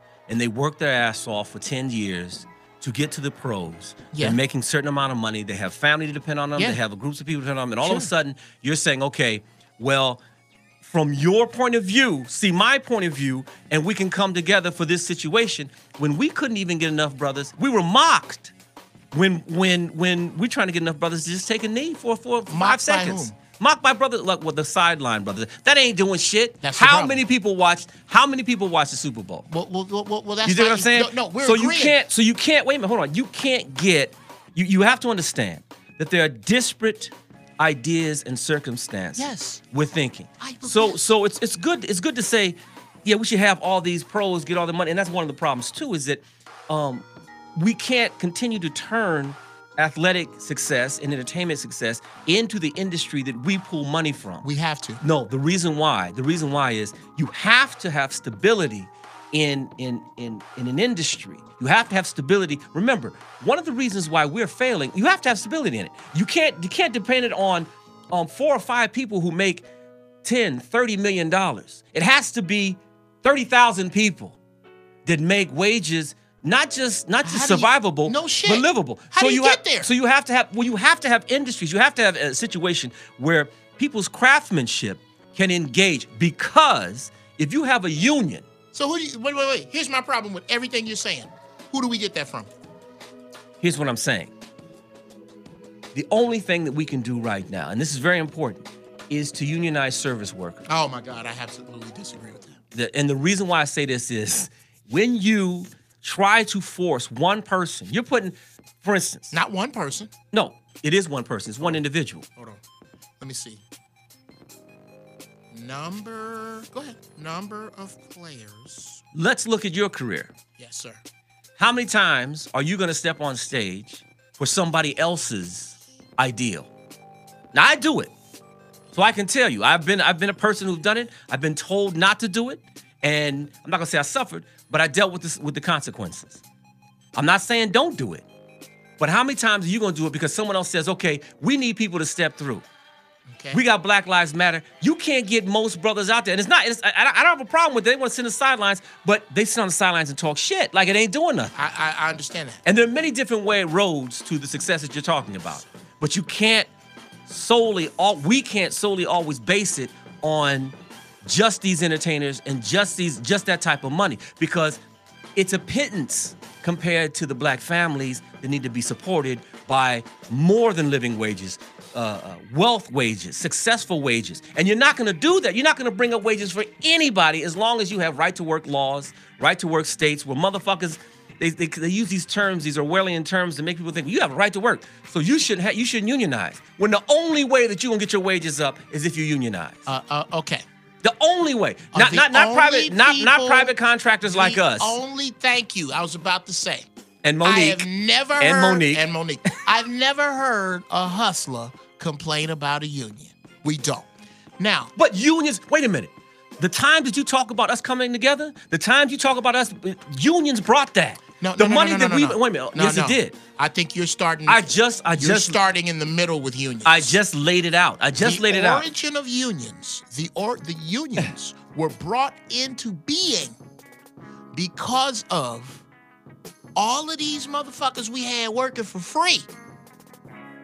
You were no, that's okay. No. I need you to let me get this bullshit out so you can fuck up all of it. Okay. Let me be specific. This out. Let me be specific, because you're about to put in some more mist and garbage. And I need you to let me put it all in so you can fuck it all up. Let's talk about. Wait a minute, Brandon. I'd like to finish. Are we talking about wages? Oh yes, I'd like to finish. Well, then you can't go back to the proto-industrial union. I can start talking about strippers right now. Do you know why? Because it's the Inappropriate Hour with Jeff Brown. So, let's go back to the beginning of union. Wow. Can you hear better now that I hit the thing? She just came back in, found the table. No shit. Shit. You act like you wasn't raised in the hood. 1 pound, that's it. That's it. They almost got that shit. All right. Oh, shit. Janky ass bullshit. Okay, now don't touch I've been yelling at this motherfucker. Don't touch it. Okay. The unions started, and those of you who are listening to this show, understand that not only what we are doing is it necessary. This dialogue between black men, it is necessary for intelligent motherfuckers to disagree. Regardless to where we get to at the end of this show, Brandon is still gonna be my nigga. If for no other reason, I need to borrow a couple of $100, but that's another thing. Okay, get to your unions were started because at the end of slavery, let's just say, my great grandfather was a blacksmith. My grandfather was a blacksmith. My father was a blacksmith. I'm a blacksmith, and I teach my sons the same thing, but we all grew up on Massa Gilmore's plantation. Now you have you have a man who is 4 generations deep in blacksmithing for free. He been blacksmithing so you wouldn't hang him. You done let all of these qualified carpenters and blacksmiths and farmers out into the general populace so that stupid white folks can't get jobs no more because niggas is doing them. We're going to unionize to keep the niggas out. I used to do labor relations for a while. That was one of my side hustles. When did this happen? When did this happen? In the late 1800s, in the early 1900s, right at the beginning of the Industrial Revolution. Okay, the proto-industrial revolution is what set off the Civil War. It wasn't just slavery, but we're talking about mechanizing as opposed to human labor. Yes. Okay, so the human labor that when it was released, that's when they came up with sharecropping and the other things that they needed. So the people, not everybody left the plantation. They just became basically servants of the plantation, or returned to kind of what we can call like medieval serfdom. Right, yeah. Indentured servitude. Okay, almost. so let's get to unionizing, around the time that they created the doorknob. Socialist unionizing, and we were kept out many times. Like I can tell people, Social Security, the original law when it passed did not include black people. No. It didn't include black because the labor system that we just talked about in the South that was still going on, they didn't want to pay black people. They didn't want to pay their wages into it. Okay. What I'm talking about is the socialist movement of unionizing that brought us weekends, that brought us the 40-hour week. Yes. That dealt with child labor. That took kids out of Yes, and then as we begin to fight our way into exist for wages for everyone. Yes. Now, that's why I'm not saying return back to the time that you say that the times that we talk about the unions themselves were just another bastion for us to try to break through. I'm talking about why we have to unionize now is because unless you raise the wages, there's no income that can be put towards any gains for wealth or any gains for community. Absolutely, vehemently disagree with that. Unless you increase wages. See, the problem that we have is, okay, No, I agree with that. Okay. I don't agree with how. Okay, there's no other way. There's no other way that everybody can increase, because you don't have there's certainly another way. If 6 of us are working for a company. Yes. And Jeff says, you know what, I need $10 more. Okay. But there's a 7th outside says I work for $5 less, because this is what's happening with people with degrees, right? Yeah.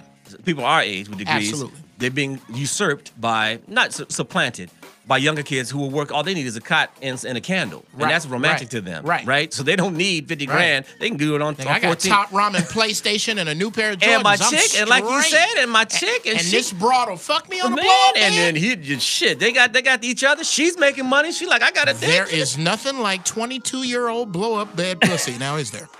It's fun, it's raucous, and it's also dangerous. It's a little. So we have a phone call. Okay, hold that thought. Let's take this phone call. Thank you for calling the Inappropriate Hour with Jeff Brown and my guest Brandon Bolden today. Who am I talking to right now? That depends if that's me. Who is this? This Big Knox. Can you hear me good? Big Knox? Yes, sir. All right, Big Knox. Where you calling me from, man? I'm out of Minnesota. Minnesota. Yeah. Yeah, you know, we just had that bullshit Super Bowl up here. So, yes, sir. What's on your mind, man? Okay, so I'm listening to the brother here. I'm listening to you. I think I'm a little behind because I'm watching here and trying to be on the phone. But somebody just typed here, Miss Lips actually just said something that is very deep, and it goes into everything you're saying. Shout out to Miss Lips. Just like we said, there's levels to this shit. Yes. There's levels to these niggas, right? And what I mean by that is you've already touched on it. Like, there is a group of people who are socially engineered to behave in a certain way. Yes. So for us to even be talking about them is moot, right? Because do we expect Precious's daughter, Precious, the daughter of that woman, to somehow become a great citizen through osmosis? Like, these people are living certain lives that the shit that we're talking about don't even touch their soul. Here's you see what I'm saying? Yes, like, yes. There's levels to these niggas. Absolutely. So now, what that means, so what that means is, I believe that we really have to hold those with the resources and the intelligence accountable to do what is right for their people, right? Just like white people do. There is retarded-ass, ignorant-ass white people who voted for Trump down there, and they live the lives that they want to live. Why? Because the rich white people make sure that at least them retarded-ass white people feel good and secure in their retarded-ass whiteness. You understand what I'm saying? So, okay, we need leaders. And people always say blacks don't need leaders, but what the fuck are they talking about? America is not a free-for-all. It's run by white people who lead shit. So we need people with the money, right? So would you say that there is a million black millionaires in America right now? No. Would you say there is? No. There's less. How many millionaires do you think there are? Black millionaires. Let's use an I don't have any I don't have any knowledge of the exact number of black millionaires. So let's use for an even number, since you're saying a million and I have no knowledge, I'm saying it's less. Let's just take 1 0 off of that and say there's 100,000 black millionaires. Okay. Let's use that math so we can agree to make 100,000 black millionaires. Yes. Right? if you took 50,000 from each of those, multiply that, put it into a account, start some money, and start working on certain issues. Because see, as black people, there's a lot of shit, and I'm like you, Jeff, because there's so much shit that goes on that you have to go all over the place because your shit is all intertwined. Thank you. It's a multi-headed monster. Yes, it's a multi-headed monster. So sometimes when you see that, then let's just say we tackle certain things. As black people, I would say, okay, goddamn, if we didn't do nothing in our lifetime, in my lifetime before I die, if we did something about fucking privatized prisons, that would be a plus. Right. That would be a goddamn win. If we could focus on one head of this animal. If we could focus on one head of this animal. Let's just do one thing. Because if we do one thing, if you look at life, you can really look at life through decades. It's a 10-year period, right? Right. So if from right now, all the gang members for the next 10 years made sure that all their gang members could code, could learn something, you know what I'm saying? Absolutely. Absolutely, brother. In 10 years, we would be looking at something different. Absolutely. So it's not as hard as we think it is, Jeff. And that's why I like talking to you, because you're real. Just what you were talking about earlier is that the solution sounds crazy, but shit, it would work. It would have worked if niggas in the 90s and the 80s would have took that dope money and had a brain with it. This would be a different world. And I'm going to tell you, bro, I'm going to tell you this. I thank you so much for the call. I'm going to tell you this. If niggas did something with the dope money other than what they did, you know what that would make them? That would make them the Irish, the Jews, the Japanese, and the Chinese. Because guess what all of them did? They sold dope to the weak of their people when they first got here to establish an economy. All of them. The only motherfucker still stuck in the dope game is black folks. Because black people take their money and buy symbols of success as opposed to the successful things themselves. And my chief issue, and let me take another call before I say that.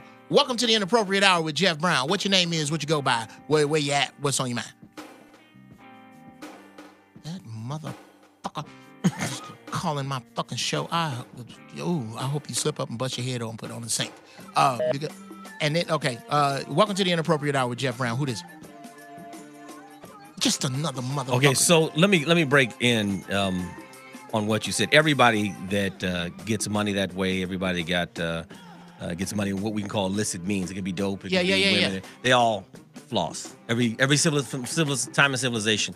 The Chinese, especially in Los Angeles, if you go down by Alameda, the bunch of brick buildings right behind Olvera Street. Yeah. And those brick buildings were the beginning of Chinatown, right there. Well, yeah, you're right there. And then the basement of Chinatown is where they used to have gambling. Yeah, the gambling houses. All the down there, right? With the basement, they're kind of dirty and dusty now. But the Chinese used to always wear the wealth. But the mythology that they used to bring the opium in for their own people has always been the headwaters of that was the British owning Afghanistan. Oh yeah.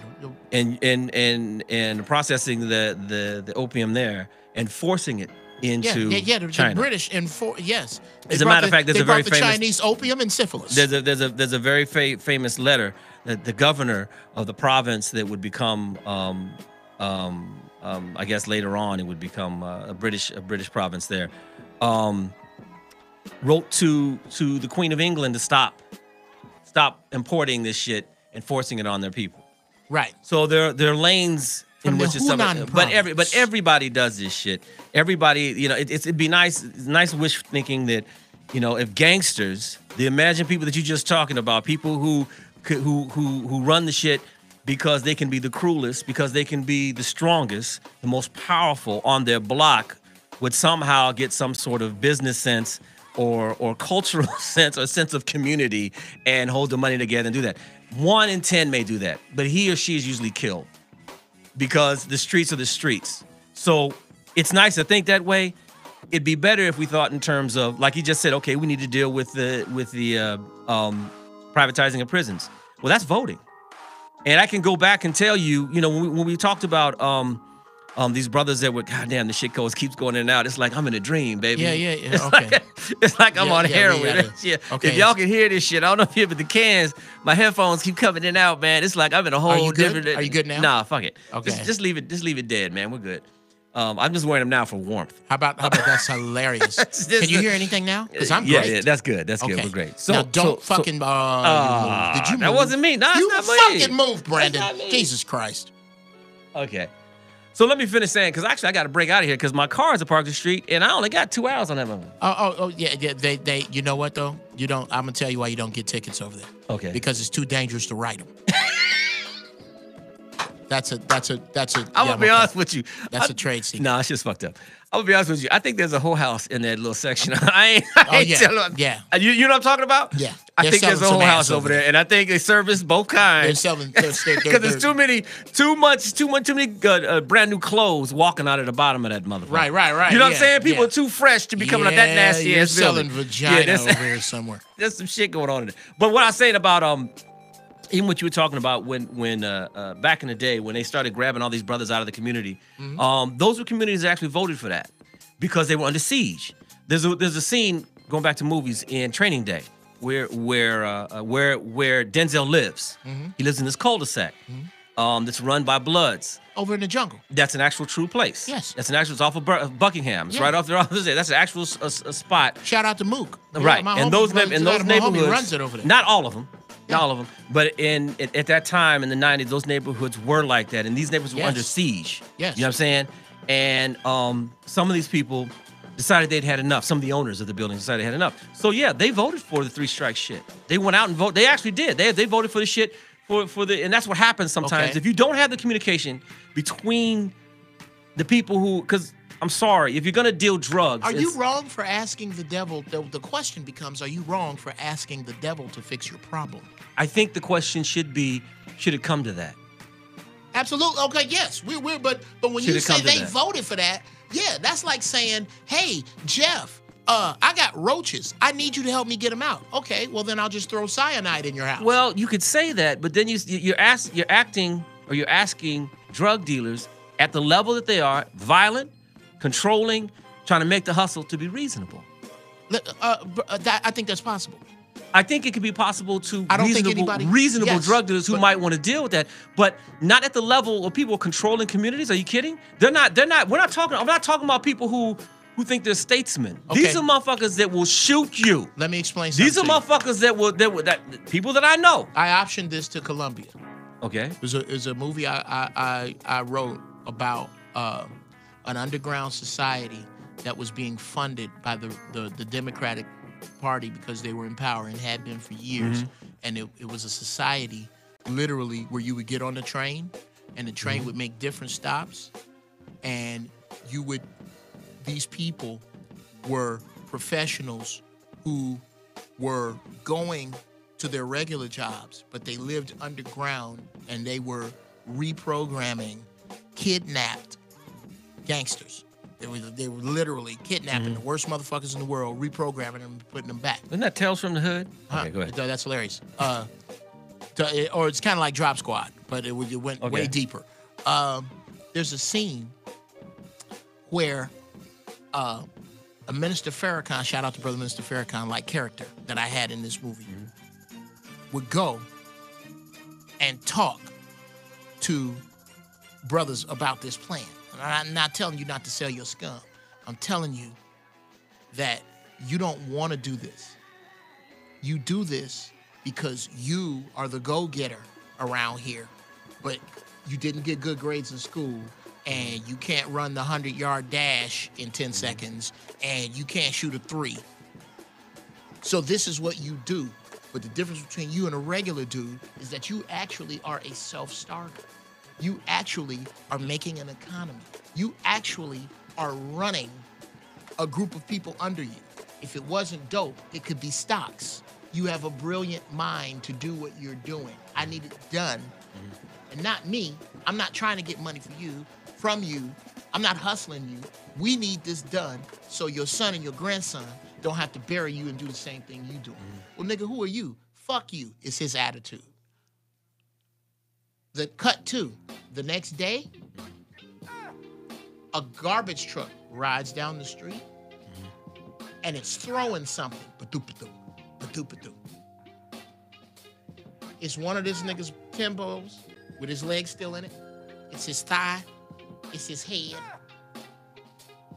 Because you didn't want to do this way, we had some CIA level motherfuckers come in, get you, and dismember your monkey ass and throw you back out in the same neighborhood you was just terrorizing. And now we're going to come a couple of days later and have the same meeting with your successor.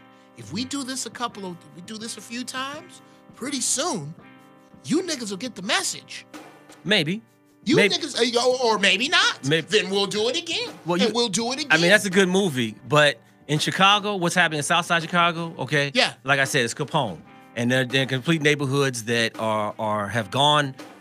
Some people have theories that because they tore down the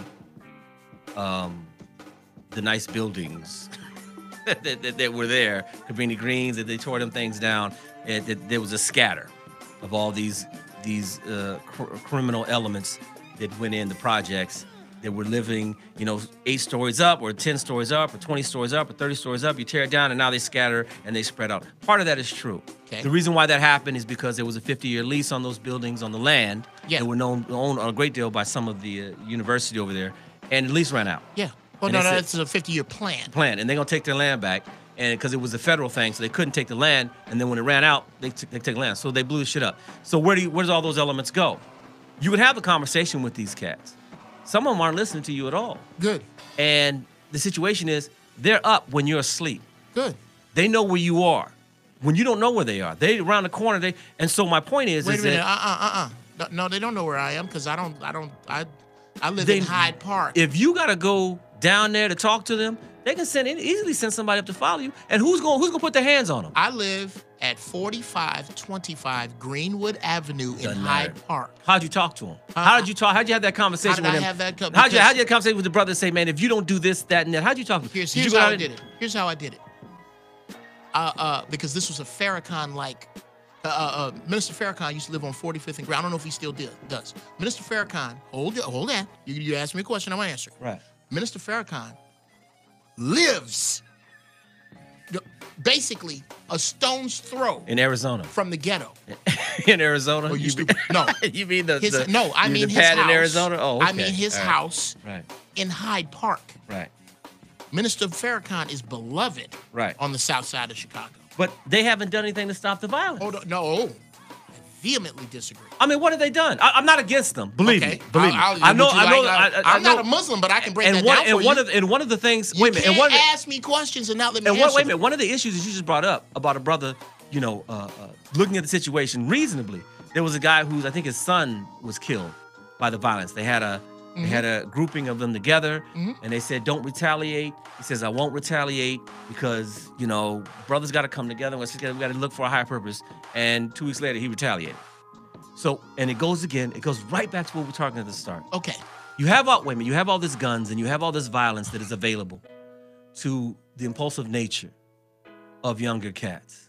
You dig what I'm saying? Okay. Who feel, and rightly so in some places, because I don't know Chicago like you know Chicago. Yes. But I know L.A., and I know what happened in L.A., and I know why Compton is now mostly Latino. Yes. Okay, dealing with the gangs that you're talking about. Yes. Just what we were saying at the top. You have all of this violence that is available. Just over the shelf. More than anything, we can't get some of the goddamn, some of the cures that we need. We can't get healthcare that we need. But a motherfucker can go get an AR-15 like that. Okay, yes. And unless we deal with that. Okay. And let the coolness, what you talking about? Give you a little bit of time, a little space, so that your speech can get through to a motherfucker's head before he can go put his hand on an AR-15. Bruh. Or any other kind of handgun. What we are dealing with, and this too is by design. Whose design? Give me a name. I can't give you a particular name. Then how do you know it's by? That's like you almost speaking of God. That's like God's design, but you can't prove it. So because I can't tell you exactly where all the glass will land. I just said a name. Oh my Lord! I didn't say all of them. You know what? I said a name. I would like. Give me one name. I would love to be able to give finish. me 2 tiers down name. Give me the front. Give me the retail planner name. Give me the motherfucker that drew some of this shit. Give me the motherfucker that was at the party name. Give me the doorman's name, who let the motherfuckers in, that knew the motherfuckers, who were the secretary to the motherfuckers, who were the motherfuckers that designed this shit. Okay, I'm going to try to get a word in edgewise on the Inappropriate Hour with Brandon. Oh, no, Jeff Brown. Okay. I got to get out of here, man. Because I cannot tell you if I threw a brick through that window where every shard of glass mathematically would land does not mean that I didn't throw a fucking brick. Okay. Because I cannot tell you. I'm asking for a piece of the glass. Just show me where it landed. Show me where one piece. Where one piece I of the don't need glass all landed? of them. Okay, here's a piece. Just one name. Here's a piece. Here's a piece. Cases of AK-47s that are made in Russia that wind up in an alley on 80th and Merrill. Name. I can't. Now, because I can't give you the name of the dude that drove the truck. Okay. Of the dude who gave the rule. Okay. I can tell you this, that the niggas that live on 80th and Merrill, shout out to my cousins, them niggas don't know no Russians. But then you can't tell me that shit just didn't fall off the truck, right? What the fuck is a truck? Can you tell me? Full of AK-47s doing in an alley on 80th and Merrill? How do you know there's a truck full of AK-47s? Because my cousins who live on 80th and Merrill, for those of you... First of all, lower your voice. I don't want to see you catch straight in your throat. Okay. No, lower the octave. Lower the octave. Man, I'm trying to cross the street, but cars keep coming. For those of you under the sound of my voice from Chicago, Illinois, that know where 80th and Merrill is. Okay. Ain't nobody but niggas over there. Where's the truck? How do you know there was a truck full of AK-47s? Here's how I know. My cousin, whose name shall remain nameless, said, nigga, I was up one night in June, and I heard a truck go down the alley. Right. I heard a door go up. I heard some movement. It all happened in about 2.5 minutes. The truck left. I didn't think nothing of it. I thought maybe some new niggas was moving in the neighborhood. I give a fuck. I was smoking weed. But the next morning when I came outside in the alley to take my trash out, it was some 17-year-olds, some 18-year-olds, some 19-year-olds, and some young kids standing around these 2 boxes full of guns. Okay. Hold on. Let's pause. I got on the phone. Let's pause. I called my brother who lives on 83rd and Merrill. Okay. I said, nigga, it's some guns behind my house. He said, you know what? It's some bullets behind my house. Okay, let's pause. There are no bullet manufacturers. You keep talking. There are no AK. You keep talking. Let's pause. Because it's my show. Okay, let's pause. There's no bullet I need to jump in here. I'm sorry. I'm sorry. I'm putting on my shoes. I'm putting on my shoes. I'm stepping outside. I'm taking. Okay. All you know from what you told me, because this is all hearsay bullshit. You have a high impaired. Let me finish. You have a high impaired relative who didn't look out of the house, heard some shit from a car. The next morning he sees kids around. He has no idea where this shit came from. They could have brought it there. He's sitting there saying, "Oh my God, no. Get it from, Brandon? I don't know. Jesus I don't Christ, know. Brandon. I don't know. I'm telling you. I'm telling you, I don't know. What I'm telling you is your cousin don't know shit. He stayed inside the house. He didn't look outside, did he? No. Okay, so he heard a truck. He heard the door go up. He's high. He don't know what fuck time it is. So that doesn't make any sense Could have been no, it doesn't make fucking sense to me. Get the fuck out of here, There's no evidence. Brandon. All it is your cousin saying shit. Think? I'm not gonna ask you because you don't know either. I don't know. Since that doesn't make any sense. I don't know. Since that doesn't make any sense. And at this point, to our knowledge, we don't know anything about having a Star Trek beam. Give me another theory. I don't know. Hold on. I have no idea. I'm not asking you what you know. Good thing I didn't ask you what you know. I'm asking you what you think. What I think is... No. You could not possibly have an answer because I haven't asked you the question. Since there is no Star Trek beam. There is no Star Trek beam. Okay. There is no bullet manufacturer. AK-47s are made in Russia. Okay. Since my cousin's theory is bullshit, what do you think? not what you know. You're a smart dude. What do you think is another answer? Let's go with the dudes. Let's go with the 17-year-olds and 16-year-olds who put them there themselves. We'll even start there. Go. Since the truck makes no sense. I don't need to come up with whatever you think I need to come up with because you're the person who says, I'm asking wait a minute. This all started with they are dropping guns and bullets in our neighborhood. I asked you for a name. You didn't have a name. You don't have a name. What you gave me was a goddamn fish story. What you gave me was one of your Jeff Brown's exclusives from your cousin who was high, sitting in the house, not hearing shit, and didn't even have the balls to look outside, but all of a sudden now, there's a whole fucking train of motherfuckers that are kidnapping motherfuckers and reprogramming them, all this other shit. Ladies and gentlemen, we'll keep this shit going. Thank you so much. I still love this. Is what I'm trying to tell you. This is why I love Brandon Boland, because we do this shit all the time. That's right. Caller who's on the line, I apologize. You got to call me back next week because we just don't have the time. We ran out of time. This is fantastic. Blame them heavy breathing motherfuckers that didn't say shit. The exactly. 5 motherfuckers How about that? Called, yeah. The point is, this is a perfect end to the show. We don't have all the answers. We just got a lot of questions. And the questions start here, but they go to you. Question every fucking thing. I'll see you in 7 days.